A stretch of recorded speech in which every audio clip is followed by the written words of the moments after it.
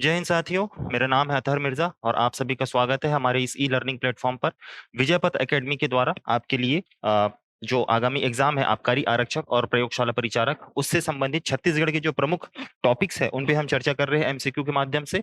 और आज का जो हमारा टॉपिक है वो है छत्तीसगढ़ का आधुनिक इतिहास, जिसका भाग 1 है। 19 तारीख को जो मैराथन क्लास है वो है, और 21 तारीख को संडे के बाद जो मंडे आएगा, आधुनिक इतिहास का दूसरा पार्ट हम लेकर आएंगे। चलिए वीडियो की शुरुआत करते हैं। और साथ में ये जानकारी साझा करना चाहूंगा कि 14 जुलाई से हमारे यहाँ नया बैच शुरू हो चुका है। शाम में 5 बजे से 8 बजे तक। अधिक जानकारी के लिए आप इस नंबर पर कांटेक्ट कीजिएगा। सवाल है पहला, 1910 में धमतरी में किसने सार्वजनिक गणेशोत्सव को जन्म दिया था? ये सवाल एचईएलटी के पेपर में पूछा हुआ था कि 1910 में धमतरी में किसने सार्वजनिक गणेशोत्सव को जन्म दिया था, और इसका प्रारंभिक उत्तर यशवंतराव मेघावले को लिया गया था। तो यही आपका सही उत्तर होगा, लेकिन बाद में इसे डिलीट कर दिया गया था कुछ विवाद के कारण। उत्तर होगा आपका यशवंतराव मेघावले। अगला सवाल है, सुमेलित करें। छत्तीसगढ़ के ब्रिटिश सुप्रिटेंडेंट, जो मराठा कालीन जो है सुप्रिटेंडेंट, यानी कि ब्रिटिशों के अधीन जो मराठा शासन 1818 से लेकर 1830 तक जो संचालित हुआ है, उस दौरान कौन कौन से अधीक्षक या सुप्रिटेंडेंट यहाँ पर नियुक्त हुए हैं और उनके समय में कौन कौन सी प्रमुख घटनाएं हुई हैं? जैसे मिस्टर एगेन्यू के बारे में अगर आप देखोगे तो इनके टाइम पे जो परलकोट के जमींदार का विद्रोह हुआ है, मिस्टर एगेन्यू। अगर मैं थोड़ा सा आपको ब्रीफ करते जाऊं तो मिस्टर एगेन्यू का जो कार्यकाल है वो 1818 से 25 तक चलता है, मिस्टर एगेन्यू का। और इस दौरान परलकोट का विद्रोह जो 1824-25 में हुआ था। मिस्टर सैंडिस जो है 1825 से लेकर 1828 के आसपास तक शासन करते हैं इस क्षेत्र में। सैंडिस के काल में अंग्रेजी कैलेंडर जारी किया गया था। कैप्टन एडमंड 1818 में आते हैं, छत्तीसगढ़ में नियुक्त होने वाले पहले अधीक्षक है। इनके काल में डोंगरगढ़ का जमींदार का विद्रोह हुआ था, जिसे इन्होंने खैरागढ़ के जो जमींदार थे टिकैत राय, उनके सहयोग से विद्रोह का दमन किया था। और मिस्टर क्रॉफर्ड जो है, ब्रिटिश संरक्षण काल की समाप्ति हुई थी 1830 में। मिस्टर क्रॉफर्ड के द्वारा छत्तीसगढ़ का जो क्षेत्र है वो दिया गया था रघुजीत रीति के हाथों में। और रघुजीत रीति ने जिलेदारों के माध्यम से यहाँ पर शासन किया था। कृष्णराव अप्पा को मिस्टर क्रॉफर्ड ने इस क्षेत्र की सत्ता का हस्तांतरण किया था। तो आंसर मिला लीजिएगा, ए का होगा 2, बी का होगा 3। 2 3 कहीं दिख रहा है, ये आपका आंसर होगा ऑप्शन बी। अगले सवाल पर चलते हैं। अगला सवाल है हमारा, निम्नलिखित कथनों पर विचार कीजिए और सत्य कथन का चयन कीजिए। पहला, 1869 के बंदोबस्त व्यवस्था के अंतर्गत रायपुर जिले के गौटियाओं को मालगुजार कहा गया। दूसरा कथन है, 1869 के बंदोबस्त के समय सामान्य काश्तकारों को इच्छाधीन काश्तकार कहा गया। और 1868 में चिश्म द्वारा बिलासपुर में प्रथम बंदोबस्त व्यवस्था लागू की गई थी। इनमें से कौन सा कथन सही है आपको बताना है। तो पहला जो है 1869 के दौरान जितने भी गौटिया थे ना, उन गौटियाओं को, रायपुर के अधीन जो भी गौटिया आते थे, उन सभी गौटियाओं को जितनी भी भूमि वो अपने अंतर्गत रखे हुए थे, सारी भूमि का मालिकाना हक उन्हें दे दिया गया। साथ में उन गौटियाओं को मालगुजार कहा गया। तो पहला कथन सत्य है। दूसरा, 69 के बंदोबस्त के समय सामान्य काश्तकार, जो सामान्य जो किसान हुआ करते थे या भूमि अधिया पे लेके काम करते थे, उन्हें इच्छाधीन काश्तकार कहा गया। बिल्कुल सही कथन है। और चिश्म के द्वारा बिलासपुर में प्रथम बंदोबस्त व्यवस्था 1868 में लागू की गई थी। बिलासपुर में दो प्रमुख बंदोबस्त लागू हुआ है, एक 1868 में और एक 1880 में। 1880 में आई.एस. बेरी के द्वारा बिलासपुर में बंदोबस्त, द्वितीय बंदोबस्त यहाँ पर शुरू किया गया था। तो इस प्रश्न का जो उत्तर होगा, दोनों तीनों कथन सही। ऑप्शन बी आपका क्या हो जाएगा, आंसर हो जाएगा। अगले सवाल पर चलते हैं। अगला सवाल है, रायपुर में कर मत दो और पट्टा मत लो आंदोलन का नेतृत्व किसने किया था? तो सबसे पहली चीज याद रखिएगा, यह आंदोलन कब चला था? 1930 में। सविनय अवज्ञा आंदोलन से कुछ पहले 1930 में यह आंदोलन चला था। और रायपुर में ठाकुर प्यारेलाल सिंह और बिलासपुर में गजाधर साव। बिलासपुर में किसने चलाया था यह आंदोलन? कर मत दो और पट्टा मत लो आंदोलन बिलासपुर में गजाधर साव और रायपुर में ठाकुर प्यारेलाल सिंह। इसके लिए प्यारेलाल सिंह को 1 वर्ष की सजा भी हुई थी, 1 वर्ष के लिए जेल भी गए थे। तो इसका उत्तर आपका क्या होगा? Option A, Thakur Pyarelal Singh. 1930 में ये क्या हुआ था, आंदोलन संचालित हुआ था। अगला सवाल है, छत्तीसगढ़ 1910 तक की घटनाओं अथवा संस्थाओं को उनके क्रम से सुमेलित कीजिए। यहाँ पर 1900 छत्तीसगढ़ में 1910 में कुछ 10 तक की जो कुछ प्रमुख घटनाएं हुई हैं, उन घटनाओं को आपको क्रम से सुमेलित करना है। जैसे मध्य प्रांत राजनैतिक परिषद का तृतीय अधिवेशन, ये हुआ है 1907 में। कहाँ हुआ था? रायपुर में हुआ था, 29 मार्च 1907। समित्र मंडल की स्थापना ये हुई है 1906 में, राजिम में समित्र मंडल की स्थापना सुंदरलाल शर्मा के द्वारा की गई थी। तीसरा है सरस्वती पुस्तकालय की स्थापना। सरस्वती पुस्तकालय जो है 1909 में ठाकुर प्यारेलाल सिंह, राजूलाल शर्मा, छबीराम चौबे इनके द्वारा जो है 1909 में राजनांदगांव में स्थापित किया गया था। और पंडित माधवराव सप्रे की गिरफ्तारी 1908, जो लोकमान्य तिलक, बाल गंगाधर तिलक है, उनके द्वारा एक पत्रिका का संपादन किया गया था केसरी।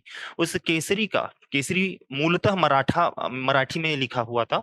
केसरी का जो है संपादन इन्होंने हिंदी में कर दिया, उसका रूपांतरण कर दिया किसमें, हिंदी में, और हिंदी में हिंद केसरी के नाम से इन्होंने प्रकाशित किया। तो जिसके कारण इनकी गिरफ्तारी हो गई थी, देशद्रोह का आरोप इन पर लगा हुआ था। तो ए का हो जाएगा 2 और बी का हो जाएगा 3। 2 3 कहीं दिख रहा है क्या? ये आपका हो जाएगा आंसर, 2 3 4 1। आगे चलते हैं। अगला प्रश्न है हमारा, छत्तीसगढ़ में मराठा शासनकाल में निम्न व्यक्ति सूबेदार नियुक्त हुए। कौन कौन से व्यक्ति सूबेदार नियुक्त हुए हैं, आपको इनको क्रम से जमाना है। देखिए, मराठा शासनकाल में सूबेदारों की जो प्रमुख जानकारी में जो मिलती है ना, सूबेदार, वो हमें एगेन्यू के रिपोर्ट में मिलती है। एगेन्यू कौन था भाई? एगेन्यू इस क्षेत्र में नियुक्त होने वाला दूसरा अधीक्षक था या दूसरा सुपरिटेंडेंट था।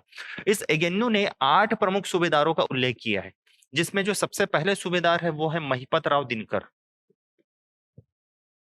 दूसरे नंबर पे जो सूबेदार है वो है विठल राव दिनकर।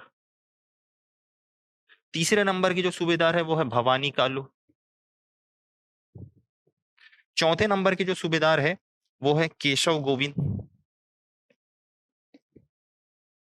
पांचवें नंबर के सूबेदार है भीकाजी गोपाल। छठे नंबर के सूबेदार है सखाराम हरि। सातवें नंबर के सूबेदार है सीताराम टांटिया। और 8वें नंबर के सूबेदार है सीताराम टांटिया। अंतिम सूबेदार कौन है भाई? यादवराव दिवाकर। यादवराव दिवाकर। अब ये 8 प्रमुख सूबेदारों का लिस्ट किसने दिया था? एगेन्यू ने दिया था। तो इसको सही क्रम में जमा लीजिए भाई। सबसे पहला कौन आएगा आपका? विठल राव दिनकर आएगा 4। विठल राव दिनकर के बाद कौन आ रहे हैं भाई? भवानी कालू है क्या इसमें? नहीं है। भीकाजी गोपाल नहीं, पहले केशव गोविंद है 2 4 2। फिर इसके बाद 3 3 में क्या है? भीकाजी गोपाल है, ठीक है। उसके बाद फिर कौन है? सखाराम हरि। सखाराम हरि 1 4 2 3 1 4 2 3। ये आपका आंसर हो जाएगा ऑप्शन ए। सूबेदारों का नाम अगर आपको पता है, उनका कार्यकाल आपको पता है, तो आप आसानी से इनको जमा लेंगे। अगले सवाल पर चलते हैं।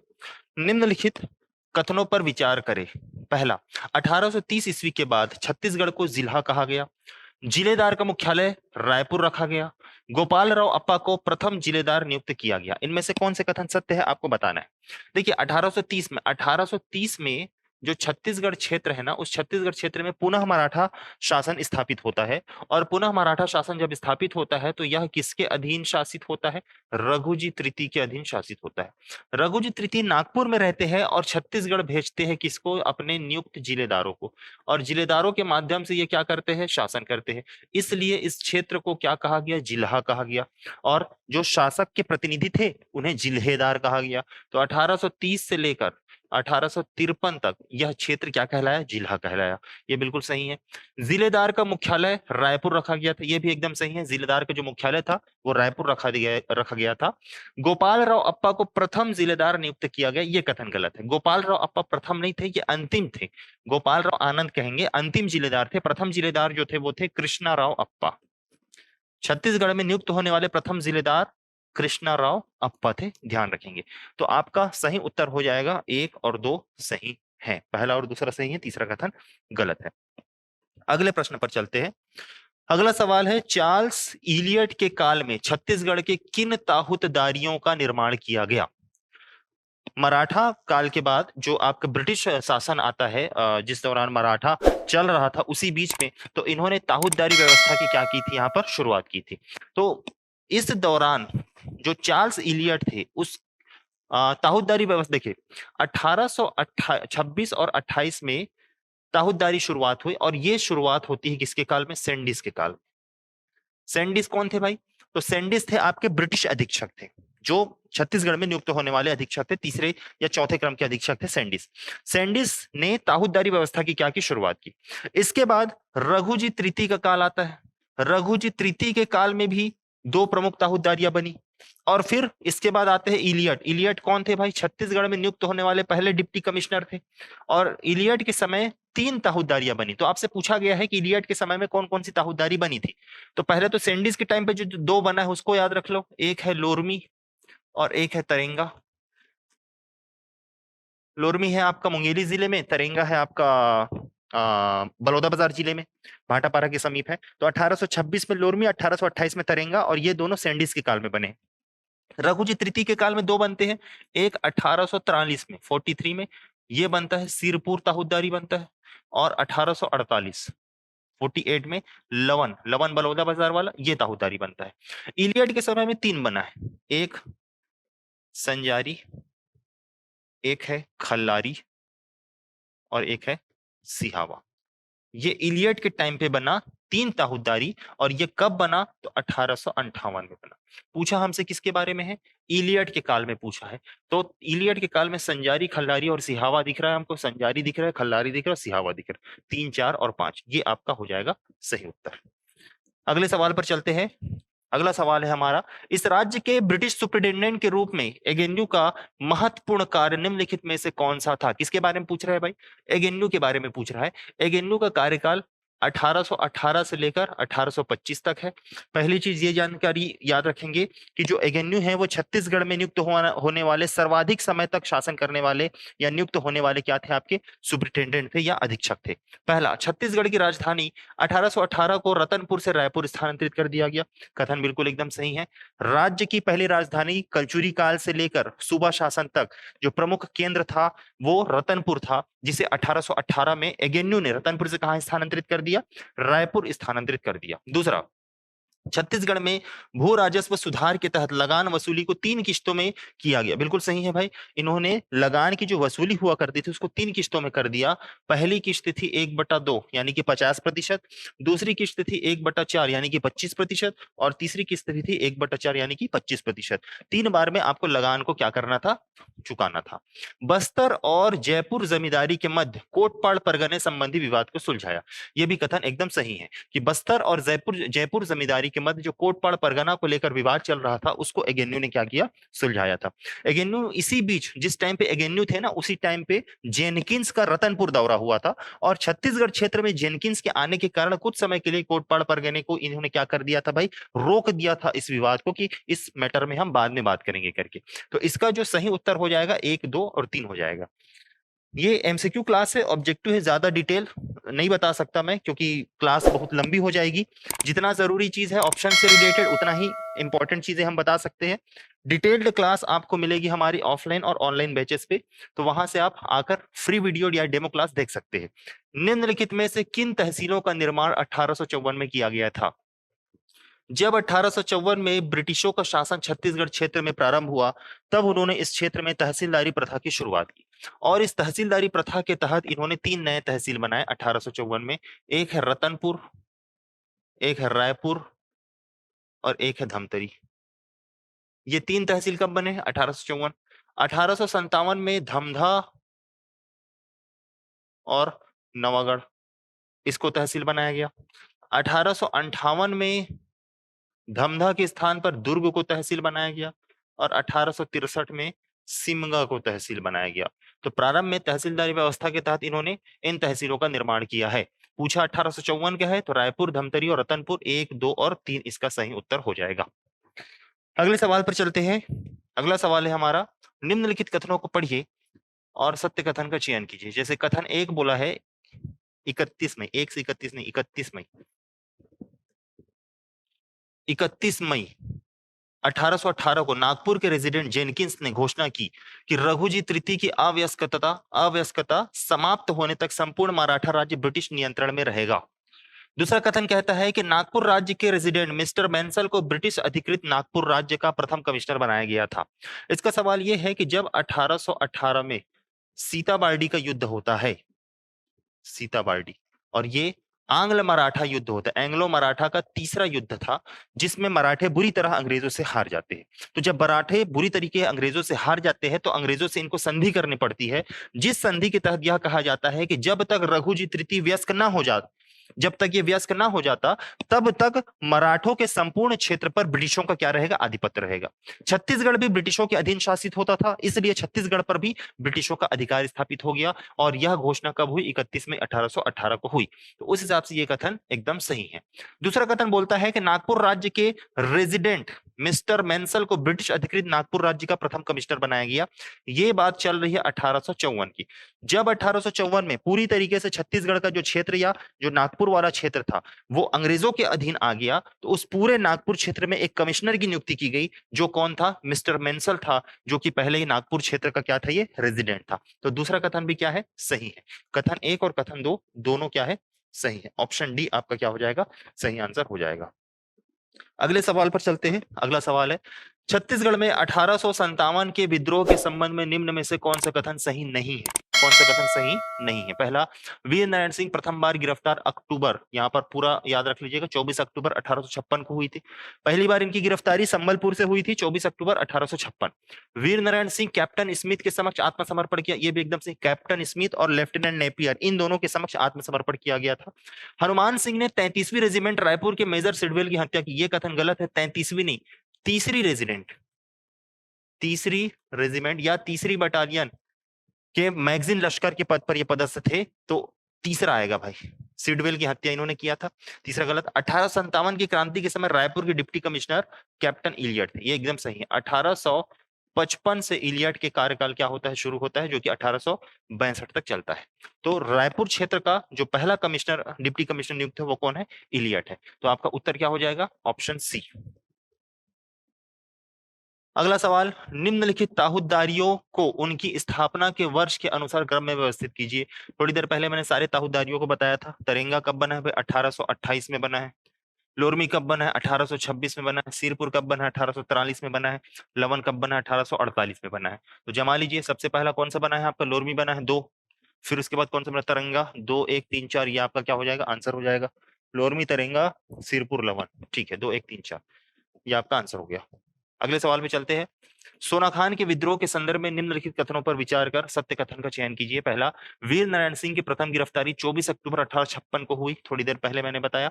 दूसरा, वीर नारायण सिंह 27 अगस्त 1857 को रायपुर जेल से मुक्त हुए थे, यह गलत कथन है। 27 अगस्त को नहीं हुए थे, 28 अगस्त को हुए थे। कब हुए थे, 28 अगस्त को ये क्या हुए थे, जेल से मुक्त हुए थे, कहने का मतलब जेल से फरार हो गए थे। 24 अक्टूबर 1856 को संबलपुर से इनको गिरफ्तार करके रायपुर जेल में लाया गया। रायपुर जेल से 27 अगस्त 1857, सॉरी 28 अगस्त 1857 को रायपुर जेल से फरार हो गई है। 2 दिसंबर 1857 को वीर नारायण सिंह को डिप्टी कमिश्नर इलियट के समक्ष पेश किया गया, ये कथन गलत है। 2 दिसंबर को इन्होंने स्मिथ और नेपियर के समक्ष आत्मसमर्पण किया था, जबकि 5 दिसंबर को इनको इलियट के सम्मुख क्या किया गया था, पेश किया गया था। और 10 दिसंबर को इन्हें क्या दे दी गई थी, फांसी दे दी गई थी। छत्तीसगढ़ के प्रथम शहीद भी कहलाते हैं। इसका जो सही उत्तर होगा केवल एक होगा, ऑप्शन ए, केवल एक इसका क्या है, सही उत्तर है। अगले सवाल पे चलते हैं। अगला सवाल है, सोना खान विद्रोह के संदर्भ में निम्नलिखित कथनों पर विचार करें। अच्छा, ये सेम क्वेश्चन रिपीट हो गया शायद ये। अगला सवाल है, निम्नलिखित में से किन जमींदारियों ने सोना खान विद्रोह में अंग्रेजों की मदद की थी। सोना खान का जब विद्रोह चल रहा था तो अंग्रेज भक्त बने हुए जो जमींदारी थे उसमें एक कटंगी था और एक कौन था, भटगांव था। इसके अलावा एक था देवरी, देवरी का जो जमींदार था महाराज साय, उसी को सोना खान की जमींदारी दी गई थी। और इसके अलावा आपका लोक श्रीवास, त्रिलोक श्रीवास थे कहाँ के, शिवरी नारायण के। शिवरी नारायण जमींदारी भी थी जो अंग्रेजों की क्या किए थे, मदद किए थे। तो ऑप्शन में हमको कटंगी और भटगांव दिख रहा है, तो 1 और 2 आपका क्या हो जाएगा, सही उत्तर हो जाएगा। अगले सवाल पर चलते हैं। अगला सवाल है, संबलपुर विद्रोह के संदर्भ में निम्नलिखित कथनों पर विचार करें और सत्य कथन का चयन कीजिए। संबलपुर जो विद्रोह है ना, इसी को सुरेंद्र साय का विद्रोह भी कहते हैं। सुरेंद्र साय का विद्रोह 1857-58 से प्रारंभ हुआ था, 57 के समय में। पहला क्या बोलता है, बलराम सिंह संबलपुर विद्रोह से जुड़े थे। देखिए सुरेंद्र साय का जो विद्रोह था ना, उसमें कौन कौन शामिल थे, नेतृत्वकर्ता कौन थे, तो सुरेंद्र साय थे। सुरेंद्र साय के जो सहयोगी थे, इनके भाई थे उदंत साय, उदंत साय, और सुरेंद्र साय के चाचा थे जिनका नाम था बलराम सिंह। ये तीनों क्या थे, नेतृत्व करता थे। साथ में एक और लखनपुर के जमींदार जिनका नाम है बलभद्र दाऊ, बलभद्र दाऊ ये कौन थे? लखनपुर के जमींदार थे, लखनपुर के जमींदार। ये सब के सब क्या थे? सहयोगी थे। तो पहला क्या है भाई? संबलपुर विद्रोह में बलराम सिंह जुड़े हुए थे, बिल्कुल सही है। यह विद्रोह गोंड जनजाति द्वारा किया गया था, ये भी सही है। क्यों? समझिएगा। जो बलभद्र दाऊ थे लखनपुर, ये गोंड जनजाति के जमींदार थे, प्रमुख रूप से गोंड जनजाति बाहुल्य क्षेत्र था। और यहाँ पर होता यह है कि जो सुरेंद्र साय था वो संबलपुर रियासत का या संबलपुर जमींदारी का वास्तविक उत्तराधिकारी था। लेकिन अंग्रेजों ने सुरेंद्र साय जो यहाँ वास्तविक जो उत्तराधिकारी था, जब यहाँ की जो राजा थे या जो जमींदार थे जिसका नाम क्या था? महाराज साय। कहाँ का? संबलपुर। संबलपुर का जो जमींदार था जिसका नाम क्या था? महाराज साय। महाराज साय की मृत्यु हो गई बिना उत्तराधिकारी के नियुक्ति या घोषणा की। तो अंग्रेजों ने क्या किया? महाराज साय की पत्नी, इनकी जो विधवा थी, मोहन कुमारी को गद्दी पर बैठा दिया। विरोध हुआ तो नारायण सिंह को गद्दी पर बैठा दिया। नारायण सिंह को जब गद्दी पर बैठाया गया तो यहां पर दिख रहा होगा आपको रामपुर के जमींदार। रामपुर का जो जमींदार था वो नारायण सिंह और अंग्रेजों का भक्त था, जिस वजह से सुरेंद्र साय, उदयन साय और बलराम सिंह तीनों ने मिलकर उसकी हत्या कर दी।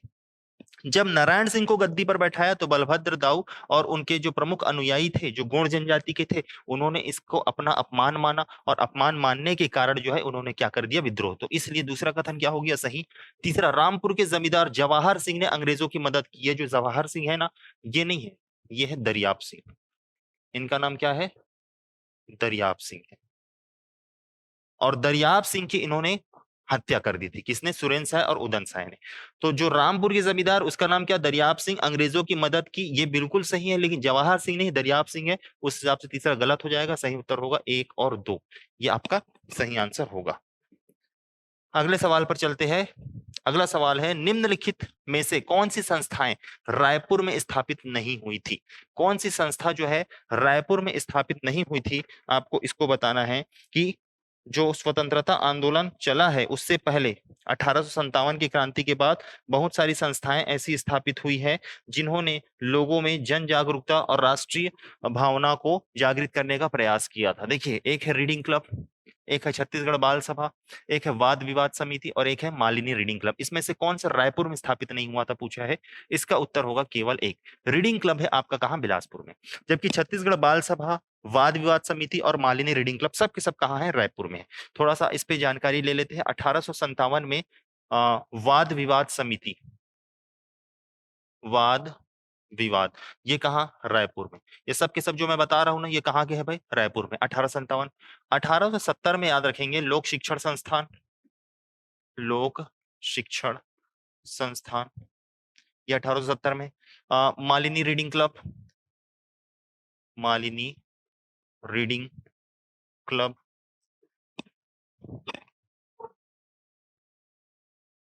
रायपुर में 1870 में। सॉरी, मालिनी रीडिंग क्लब नहीं है, छत्तीसगढ़ बाल समाज है। इसको छत्तीसगढ़ बाल समाज, छत्तीसगढ़ बाल समाज, ये हो गया। लोक शिक्षण संस्थान, छत्तीसगढ़ बाल समाज और साइंटिफिक एंड लिटररी एसोसिएशन, यानी कि वैज्ञानिक एवं साहित्यिक संस्थान। ये तीनों की तीनों 1870 के दशक में रायपुर में क्या हुए हैं? स्थापित हुए। इसके अलावा रायपुर में याद रखना 1899 में, 1899 में मालिनी रीडिंग क्लब स्थापित हुआ है। मालिनी रीडिंग क्लब, ये 1899 में कहा स्थापित हुआ है? रायपुर में। अगर हम बिलासपुर की बात करें तो बिलासपुर में हमको 1870 में, 1870 में बुद्धि प्रकाश सभा,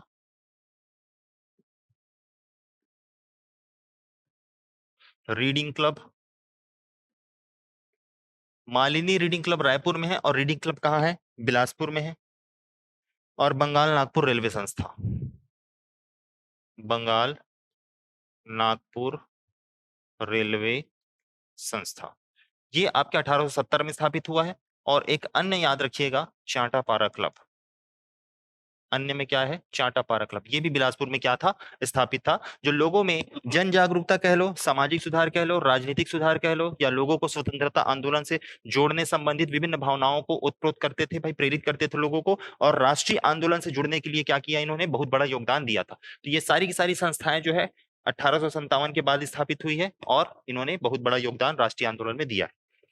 नेक्स्ट, निम्नलिखित कथनों पर विचार कर सत्य कथन को चुने। इस सवाल को भी छोड़ दीजिए, अगले सवाल पे चलिए। निम्नलिखित कथनों पर विचार कर सत्य कथन का चयन कीजिए। पहला, समित्र मंडल की स्थापना पंडित सुंदरलाल शर्मा के द्वारा की गई थी। दूसरा, इस मंडल की स्थापना का उद्देश्य असहयोग आंदोलन को समर्थन देना था। इसमें से अच्छा, तीसरा कथन भी है, इसकी स्थापना राजिम में की गई थी। इसमें से कौन सा सही है कौन सा नहीं है इसको आपको बताना है। पहला, समित्र मंडल की स्थापना सुंदरलाल शर्मा द्वारा की गई थी, ये कथन एकदम सही है।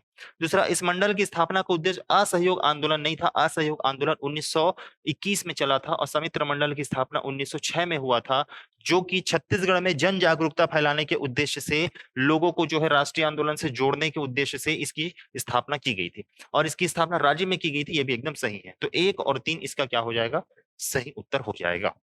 अगले सवाल पर चलते हैं। आज मैंने ज्यादा सवाल नहीं लिया है, आज थोड़ा ही सवाल है। कल या नेक्स्ट क्लास में जो भी होगा उसमें रहेगा। कल का जो सेशन रहेगा उस सेशन बहुत इंपॉर्टेंट है, जो अभी आबकारी का पेपर आप दोगे और जो भी एग्जाम्स आप दोगे उसके लिए बहुत इंपॉर्टेंट रहेगा, क्योंकि व्यापम के प्रीवियस ईयर क्वेश्चन और बार बार आने वाले सवालों को हम चर्चा करेंगे।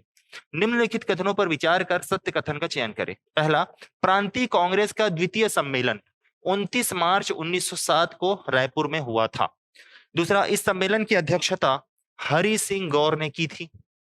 तीसरा, सीएम ठक्कर के प्रयासों से रायपुर में कांग्रेस की एक शाखा स्थापित हुई थी। आप में से बताना है इनमें से कौन से कथन सत्य है। सबसे पहली चीज कि प्रांतीय कांग्रेस का द्वितीय सम्मेलन 29 मार्च 1907 को रायपुर में हुआ था, यह कथन गलत है। यह द्वितीय सम्मेलन पूछ रहा है, जबकि तृतीय सम्मेलन रायपुर में हुआ था, तो पहला कथन तो गलत है और हमको सत्य कथन बताना है। तो ऑप्शन से देख लो, जिसमें जिसमें पहला है वो हमारा आंसर नहीं हो सकता, या तो 2 3 होगा या केवल 3 होगा। ठीक है। दूसरा बोलता है कि इस सम्मेलन के अच्छा, ये जो द्वितीय सम्मेलन है रायपुर में नहीं हुआ था, तो कहां हुआ था, जबलपुर में हुआ था। कहां, जबलपुर। इस सम्मेलन की अध्यक्षता हरि सिंह गौर ने की थी, ये भी गलत है। हरि सिंह गौर जो थे वो स्वागत अध्यक्ष थे। डॉक्टर केलकर को इस सम्मेलन का क्या बनाया गया था, अध्यक्ष बनाया गया था। तीसरा, सीएम ठक्कर के प्रयासों से रायपुर में कांग्रेस की एक शाखा स्थापित हुई, 1906 की बात है। 1906 में रायपुर में कांग्रेस की एक शाखा स्थापित होती है, किसके प्रयास से, सीएम ठक्कर। तो केवल 3 इसका क्या हो जाएगा, आंसर हो जाएगा। अगले सवाल पर चलते हैं।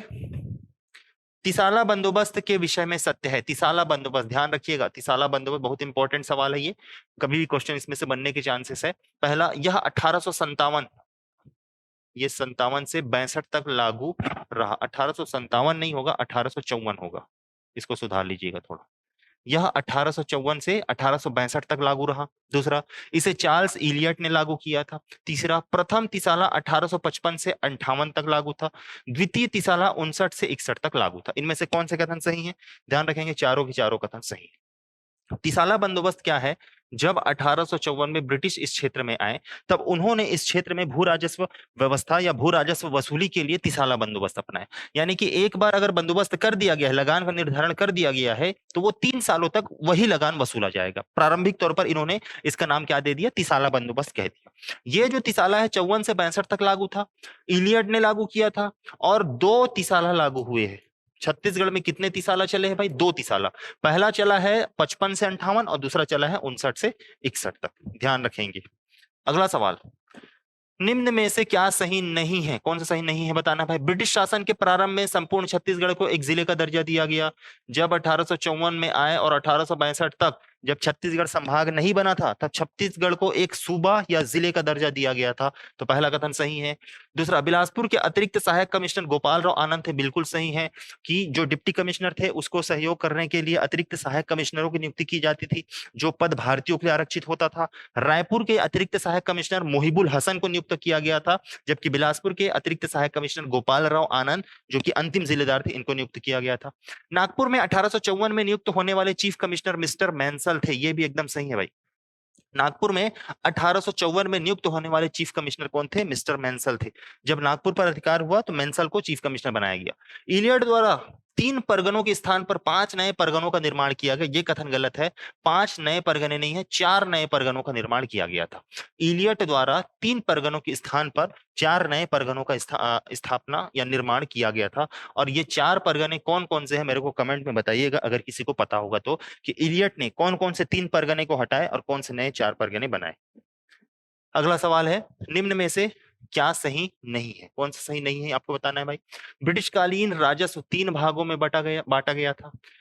दूसरा, मालगुजारों को मालिक मकबूजा पत्र प्रदान किया गया था। तीसरा, मराठा कालीन आय की सभी मदों को समाप्त कर दिया गया था। चौथा, इनमें से कोई नहीं। देखिए, पहला ऑप्शन बोलता है कि जो ब्रिटिशकालीन राजस्व 3 भागों में बटा था, बिल्कुल 3 भाग में बटा था। एक था आपका खालसा, एक था आपका जमींदारी और एक था आपका ताहुतदारी। ये 3 भागों में बटा था भाई, ताहुतदारी। मालगुजारों को मालिक मकबूजा पत्र प्रदान किया, बिल्कुल जितने भी गौटिया थे उन सभी गौटियाओं को जमीन का मालिकाना हक, जिसे मालिक मकबूजा पत्र कहा जाता है, ये प्रदान किया गया और गौटियाओं को मालगुजार कहा गया। दूसरा सही। तीसरा, मराठा कालीन आय की सभी मदों को समाप्त कर दिया, नहीं, गलत। आय की सभी मदों को समाप्त नहीं किया गया था, 7 मदों को समाप्त किया गया। जितनी भी मद थे ना 7, उनको समाप्त कर दिया और 7 को समाप्त करके 4 मदों को जारी रखा गया था। 4 मद में कौन कौन से थे भाई? एक था भू राजस्व, एक था आबकारी जिसे पंडरी कहते हैं, सॉरी कलाली कहते हैं, और एक था आपका भू राजस्व हो गया, आबकारी हो गया, पंडरी हो गया गैर कृषि कार्यों से लेने वाला कर, और एक था सायर आयात निर्यात कर। ये 4 मदों को उन्होंने रखा था, बाकी सबको समाप्त कर दिया गया। तो आपका उत्तर क्या हो जाएगा? सी, ये सही नहीं है। अगले सवाल पर चलते हैं। अगला सवाल है हमारा, सुमेलित कीजिए। छत्तीसगढ़ के प्रमुख समाचार पत्र है, उनको सुमेलित करना है। पहला, छत्तीसगढ़ मित्र। छत्तीसगढ़ मित्र जो है कहां से प्रकाशन हुआ है भाई? पेंड्रा से। बुद्धि प्रकाश सभा, बुद्धि प्रकाश सभा कहाँ है? ये तो रायपुर में है भाई, बुद्धि प्रकाश सभा, सॉरी बिलासपुर में है। बुद्धि प्रकाश सभा कहाँ है? बिलासपुर में। सरस्वती पुस्तकालय कहाँ है? राजनांदगांव में। और आनंद समाज पुस्तकालय कहाँ है? रायपुर में। इसको मिला लीजिएगा। यहाँ पर आपको ये जो छत्तीसगढ़ मित्र है ना, उसका चित्र दिख रहा होगा। संपादक में रामराव चिंचोलकर और माधवराव सप्रे लिखा हुआ है। और यहाँ पर देखिए प्रोपराइटर कौन है? तो वामन बलिराम लाखे, ये क्या थे? इनके प्रोपराइटर थे। अगले सवाल पर चलते हैं। ठीक है, आज यहीं तक सवाल करते हैं, इसके आगे के सवाल हम कल देखेंगे। वीडियो में अंत तक बने रहने के लिए आप सभी का धन्यवाद।